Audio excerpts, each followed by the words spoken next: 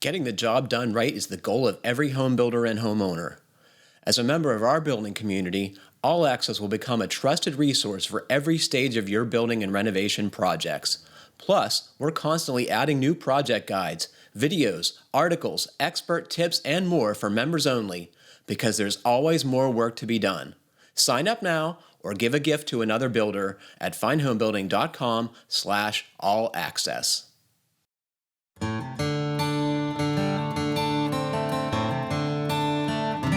I had never been a part of field construction. So I decided to call up my local habitat and say, hey, I'd like to learn construction on site with you guys as a volunteer. And they took me in and said, we'd gladly teach you.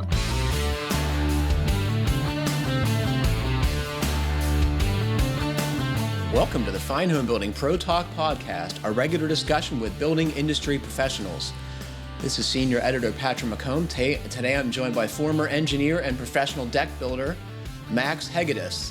You can find the Fine Homebuilding Pro Talk podcast and the original Fine Homebuilding podcast at finehomebuilding.com/podcast. You can ask questions and leave feedback there too. Max, it is a pleasure to have you on the show. Thanks so much for being here. Thank you.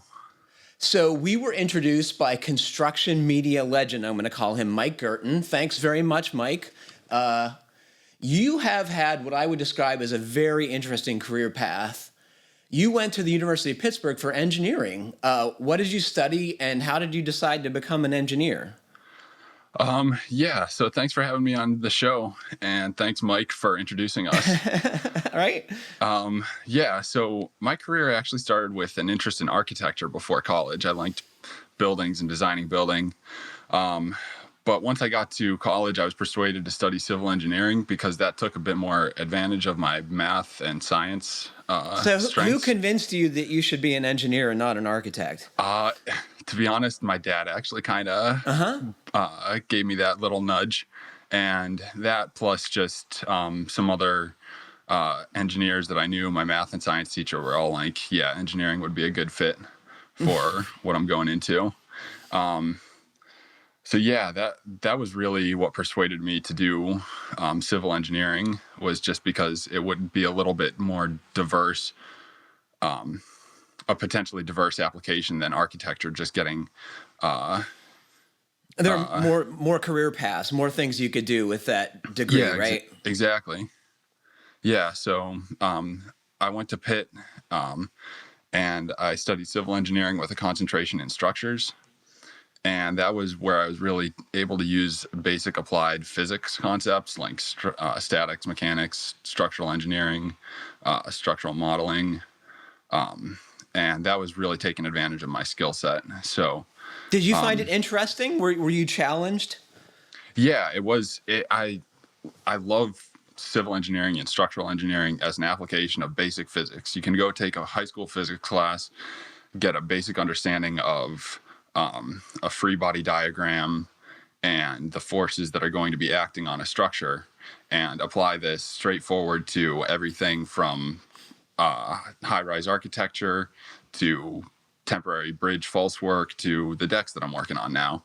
So civil engineering was a really interesting path, especially for someone with interest in math and geometry and science. So then you went on to become a working engineer for a period of years, I gather. Can you tell me about what you did after you got out of school?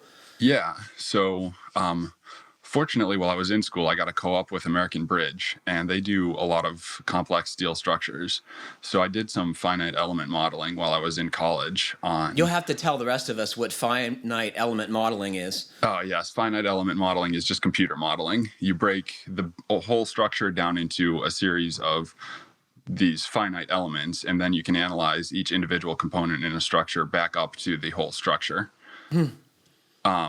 So it's just a way to analyze a structure by breaking it down into smaller components. And this was done before computer modeling by hand by graduate students back in the day. And now we have advanced computers that do this sort of stuff. But it's just one way to take a structure and figure out what forces are going where. So when you're building something, for example, a deck, you know down to the last nail what force is going through every single component, and you can analyze it safely. So what you mentioned, what projects were you working on at this time? When I was co-oping, I was working on a couple big projects. One was the Tappan Zee Bridge replacement bid. So I was doing structural modeling of the engineering process to replace the current Tappan Zee with the new one that exists. I was also working on the Las Vegas high roller Ferris wheel. And that was a really unique challenge in that a Ferris wheel is a much different structure than your typical building, which is just a beam extending up into the air.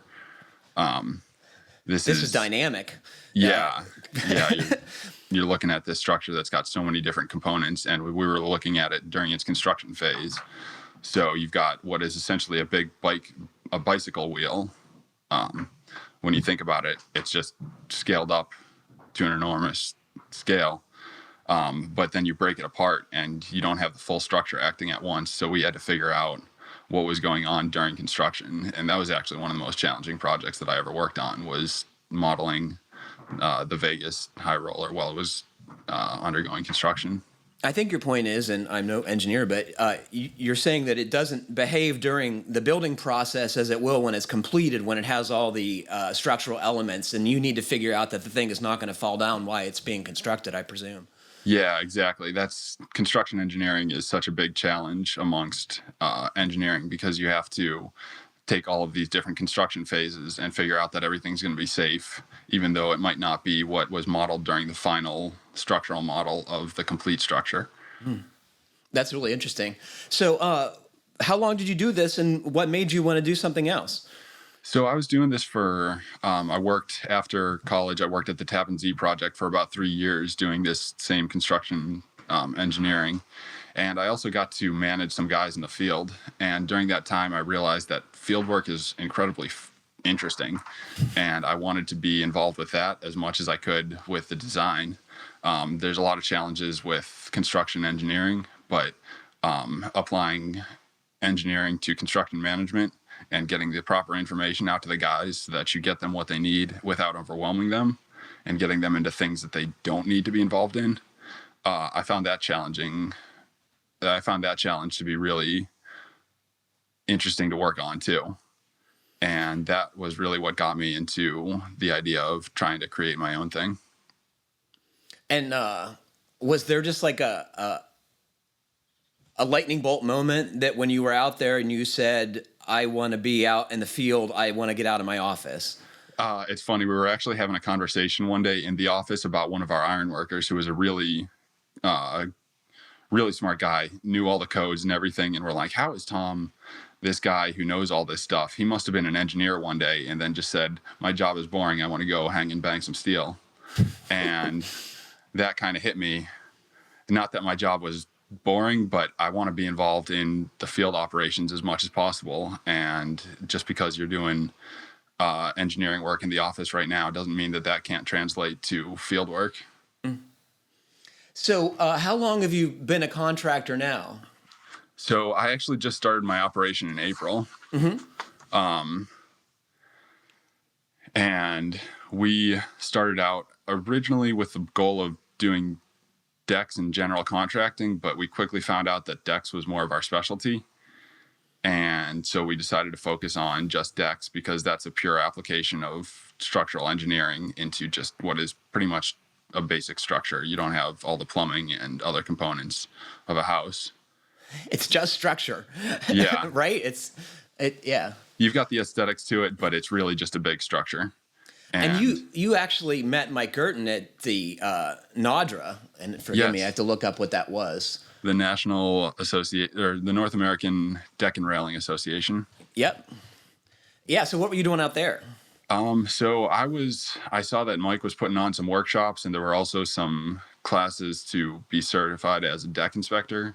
So I went down there for the educational opportunities and really just tried to learn everything that I possibly could over the course of 2.5 days that I was there. So I talked with NADRA, I talked with Mike, I spoke with some other instructors from like Simpson Strong Tie and some vendors, just learning about the best possible products. I was really just trying to reinforce across the board information on deck construction that I have so that I could bring that back to the company and we could just apply the most up-to-date code information and building techniques and products on our projects going forward. Was it valuable? Would you tell others to go? Absolutely. Yeah. Go there with an open mind that this is a learning experience. For me, this was like going back to college. Like this was the most class that I've sat through over the course of a couple days since I was in school. But it was really valuable. Just the connections that you can make, the information that you can get directly from these guys like Mike, where he showed us where decks fail and how to reinforce them at those points along the ledger, along the guardrails, stairs, connections, sizing joists. Just went over so many good things that if you go in there with a little bit of knowledge of these subjects, they're not necessarily beginners classes, but they can really teach you a lot. I bet. And yeah, it was a very valuable experience. Can you talk about your business now? I mean, you're new at this, right? So do you have any employees? Like, how do you run it? So yeah, we got started out and it worked out that we started a multi-member LLC just because of business purposes. That ended up being the easiest way to incorporate multiple members and give us all a fair percentage. Mm-hmm. So I've got two partners that I started this company with. One is like an investor advisor and one is a construction partner. And so right now it's just myself and one other guy going out and building stuff. We've got our own trucks. We've got a set of hand tools, but we started out with not much more than that. And just went out and built stuff, adapting the cuts that we needed to circular saws instead of a nice chop saw until we could afford one. Mm-hmm. And just started small. And really all I did was I read the DCA 6, the Design for Code Acceptance Manual 6 from the American Wood Association. And that gives you a bunch of code on how to design and build decks. So that was really just the reference point that I went to start looking for information for how to build these structures, and just designed our first decks right off of that manual. How are you marketing your business? That's a challenge for new contractors. I think you'd agree, right? Yeah, definitely. I got lucky that I know a number of people that I got my first lead through word of mouth. One of my former roommates from college was looking for a deck and said, "Hey, Max, you're looking to start building decks. Would you be interested?" And that word of mouth, one lead, just gave me some material to market for my future leads. And I just turned one lead into multiple. Since that first project, I've been taking videos on TikTok and using TikTok as a platform to create videos and then just spread those across other platforms, Instagram, Facebook, LinkedIn, such as that. And really, it's all been word of mouth so far.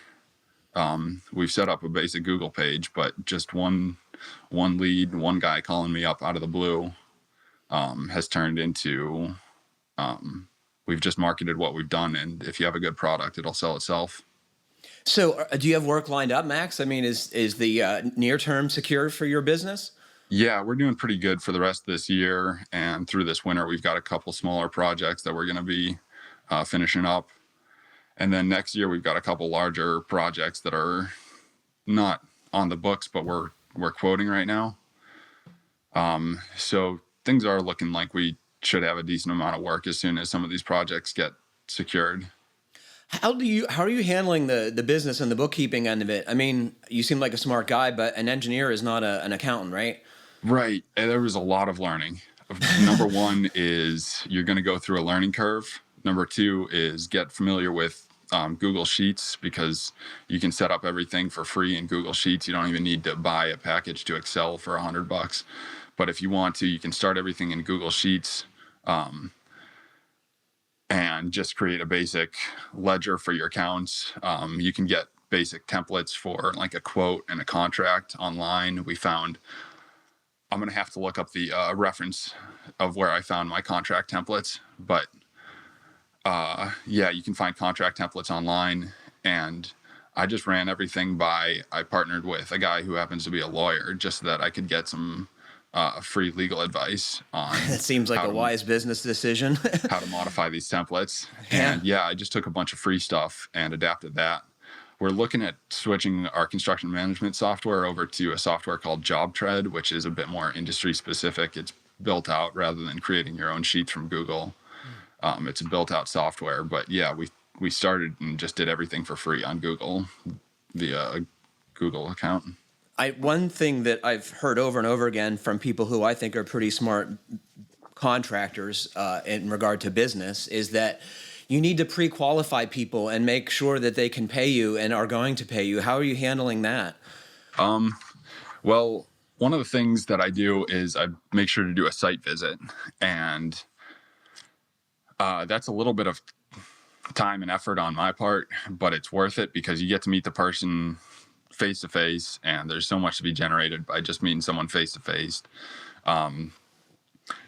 Usually when I meet them face to face, I'll send out a ballpark figure, just be like, okay, a new deck is going to be 15 to 20 grand. And if that's something that they seem comfortable paying with, or that they seem comfortable with, then I'll go into putting some more effort into the bid. But if they look like they're not ready for the expenditure, then I don't want to Waste a spend bunch of too much time. Yeah. Exactly. Another thing, I'll go up and I'll look up the property record just to make sure that the owner is who they say they are and that they're up to date on taxes. But yeah, for the most part, it's just talking to people face to face.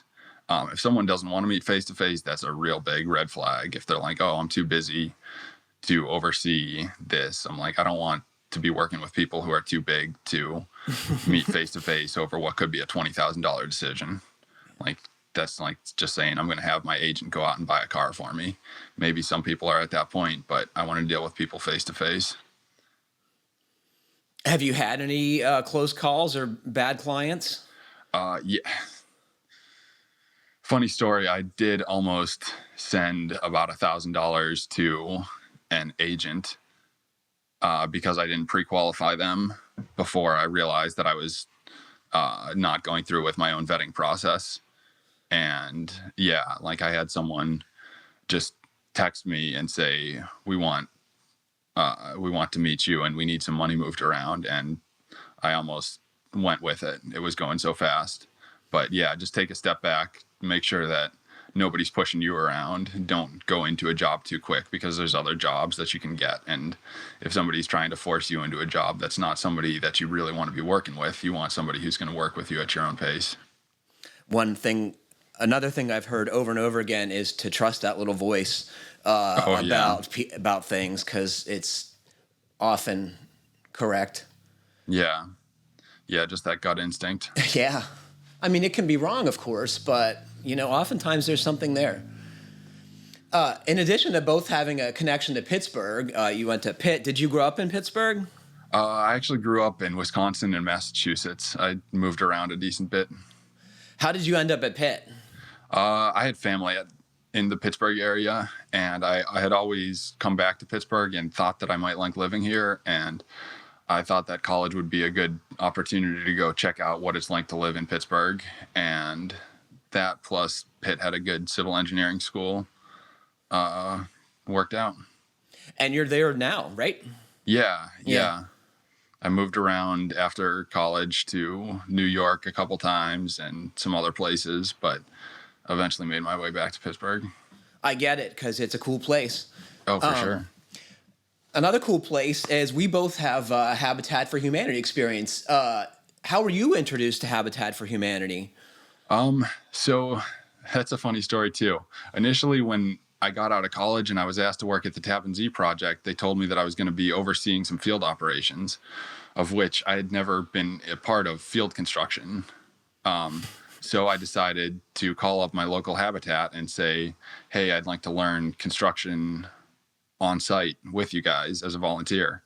And they took me in and said, we'd gladly teach you. And they quickly realized that I had some engineering skills and knew some structural stuff and got me into framing. And that really turned me on to just hands-on construction. I went there and volunteered with Habitat pretty consistently for my first year with Tappan Zee, and then occasionally on and off since then. What affiliate were you visiting? I was visiting the Westchester affiliate. They're now called the Fuller Center for Housing. They've reaffiliated from being with Habitat, but I worked with a fantastic guy, Jim Killeran, another Worcester guy. So we got to bond over going to a school in Worcester together. And what were you building? Was it rehabs or new construction? They were all rehabs. We were rehabbing townhouses, but we were taking them down to the studs. Like one house, we put in new ceilings, new rafters for the ceiling. So that was pretty interesting, doing some framing like that. There's always something new and exciting on a rehab project, I gotta say. Oh, yeah. So are you still doing that, Max? Do you still go to the Pittsburgh affiliate? No, I haven't gotten in touch with the Pittsburgh affiliate. I'm trying to. You have a new business, so I get it. I have a pile of free lumber I'm waiting to bring over to them for a deck that as soon as they need a deck, I've got a free deck for them. Oh, cool. Or if there's anybody else in Pittsburgh who needs a deck, I'm just waiting around. But I'm still trying to do some volunteer work. What do you get out of it? What makes you want to do it? I like working with other people, and sometimes when I'm at work, it's just myself or one other person. So just coordinating with other people, learning different building techniques, seeing new stuff. We got to work on a retaining wall the other day. That's not something I typically do, but just working with a new crew on a retaining wall. It's just always a challenge, and there's always something exciting going on. You know, I can tell you when I was new to the business, it was always a hard decision on like what equipment to buy. I mean, you have a whole business to outfit. I was just outfitting a toolkit. How do you decide to buy trucks, equipment, tools? Compact equipment is huge in your industry. What's the plan and how's it been going? For the most part, I went by the rule that small hand tools are like the responsibility of the carpenter. So I've got to have my own drill, circular saw, hammer, basic tool belt sort of kit. And we just made do with that for the first project. We just did all our cuts with a handsaw, just lining it up real carefully because we don't have the nice chop saw, but we made money on our first project in order to afford equipment going forward. So that's pretty much been our goal. That's why I lived at home for years, because I spent all my money on tools. I find that money quickly goes from being cash in the bank to all of a sudden I've got a set of scaffolding and a chop saw. And that stuff makes you money, though. I think you'd agree, right? You got to have it. One of the greatest things I got were these little little jacks that you can put on the end of a 4x4 or a 6x6, and they'll extend 6 inches. We've propped up balcony roofs to replace the porch underneath the roof with these jacks, and it's really easy and safe little piece of equipment. It's fun just getting these little tools. Did you have anyone growing up who was in the trades? Like, were you ever exposed to woodworking or home building or any of this stuff? Not really. My uncle he worked for Bethlehem Steel and then got into woodworking himself, and he had an amazing wood shop. And so my dad would take me to see my great uncle's place. And that was really interesting, just getting to see a bunch of different tools. But a lot of it is also just like self-taught. Like I built a bar in college for myself, just needed to learn how to use hand tools. What a great college project. Yeah, exactly. There's some stories about that for another day, but just building basic little things, doing repairs around the house in college, just being a bit of a handyman. And that combined with going to Habitat for Humanity is pretty much where I learned stuff from. Like when I said I went to Habitat because I needed to learn construction in the field, like they were amazingly helpful at teaching me this stuff. Like I would not be half the carpenter I was today without some of the guys at Habitat. That's awesome. So what did your dad say when you told him you were leaving the field of engineering to become a deck builder?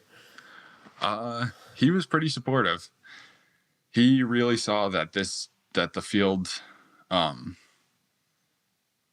just offered opportunities to be hands-on, be physical, just take on different challenges than what I see in the office from day to day. And that combined with like the whole experience of running an entire business was, he saw it as a challenge that I was just taking another step with. That's And cool. yeah. Well, deck building, as I understand it, has exploded with COVID. Am I right about that? Did they talk about that at NADRA? They didn't talk about that specifically, but I'm just finding there's a lot of people looking for deck work. We've had no shortage of leads. We're just getting call after call. And it seems like a lot of people are just doing that, investing into their own place. And decks are a great outdoor space that a lot of people like to hang out at. Yeah, they're fun to build too. I think that was a smart business decision. They are fun to build.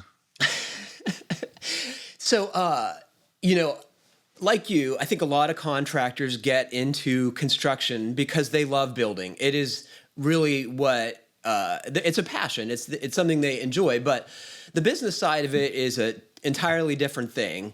And I think it starts to weigh on a lot of folks who love building, but being a contractor or a business person is tough. How do you plan to balance the needs of a business with the enjoyment of being a builder? That's a very good point. There is a lot of busy work, just accounting, putting out estimates and quotes that goes into construction. So, what worked for me was taking a step back from a job where I was doing this full time to a job where I'm actually building half the time, and now only part of my effort is going into running the business. So, just if you need to go out and work a worse job where you're doing business all the time, and then when you take a step back and you're only doing it half the time, it seems quite a bit more enjoyable. And that's really been part of the key, is that I've been through this and done it full time, and now just doing it part of the time and getting to go out and take my plans and apply them in the field is just a bit of a relief. And that plus a bit of coffee. You always need some caffeine. So the typical model I've seen for contractors is, you start out in the field and you gradually transition away from that work to running a business as years and necessity requires, right? Yeah. Is that your plan? Do you see yourself, ever going back to sitting behind a desk all the time? Yeah, I really got out now. I really got into building stuff on my own right now because this is the time to do it. This is where I'll have the time to spend in the field and learn things hands-on. And I'm starting my business small with just 2 guys, and we're going to try and expand, maybe get a 3rd guy. But I'm really looking to get this hands-on construction now so that I can bring that back into the office and just be that much better of a project manager someday, where I'll have the hands-on understanding of what's going on. And the goal with this whole go back into building stuff is just to become a better overall construction manager. And so someday I would like to just take a step back into the office and just let other people do their thing in the field. But having this experience in the field really is going to be a learning experience, just so that way I can help manage these projects better by knowing what's going on. Yeah, I totally agree. How can you know what's going on if you've never done it, right? Yeah, that was one of the biggest challenges for me as a young engineer, was I didn't have the hands-on experience, and that's why I went out to Habitat. Mm-hmm. And so I think that just getting this construction experience for any young person involved in construction, just getting the hands-on experience is really valuable for helping you to manage these projects as efficiently as possible. So you told me ahead of the show, I always ask folks about their own home, and you told me that you're currently renting. So what are you renting, and are you hoping to buy a house at some point?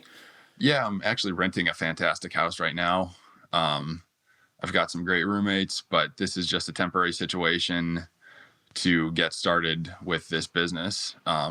Yeah, I would like to get a house. I'd like to get a house somewhere in the city, just because I like living in a walkable neighborhood. What part of Pittsburgh would you like to live in? Honestly, I'd go for any part of Pittsburgh. Our town, Millvale, is right next to Pittsburgh. That's a fun little town. I'd like to get a place here in Millvale, but anywhere that a good house pops up, and hopefully somewhere with some space for a little workshop. Is the real estate market busy in Pittsburgh? Yeah, it's definitely busy. There's some areas that are hotter than others, but Pittsburgh in general has seen the COVID uptick in housing sales that has happened everywhere. One thing, is well known about Pittsburgh is that real estate is very affordable compared to other parts of the country. Is that changing? It's in some areas of the city, it's expensive like any other city. Then again, you can go 5 minutes outside of the city and find a little backwoods holler, and you'll find places for very affordable rates. So, there's little pockets of both sides of things happening in Pittsburgh. So when you buy a house, what would you hope to get? Like what vintage, what architectural style? I'm not so set on any one era or style so much as the neighborhood. Mm-hmm. And as long as I'm out of a flood zone. Pittsburgh definitely has some flooding issues. So yeah. Want to be lots up of a rivers, bit. lots of hills, right? Those add up to flooding. Yeah. So I got to ask you, when you go on, visits to prospective properties with an agent, what are you going to do first? Are you going to go down to the basement like any engineer would, or go up to the attic maybe? Yeah, probably go to the basement. Just look at the overall seal of the structure. Just taking a look at what the basement looks like, what the overall envelope of the structure looks like, because if that's gone, then you know that there's going to be damage inside. Mm-hmm. So, just look for that. Look for any settling, any major issues that the house has moved over time, any water damage or mold. Get a septic inspection, man, where you are. I can tell you Pittsburgh has very poor soils for on-site septic, and it's often a problem.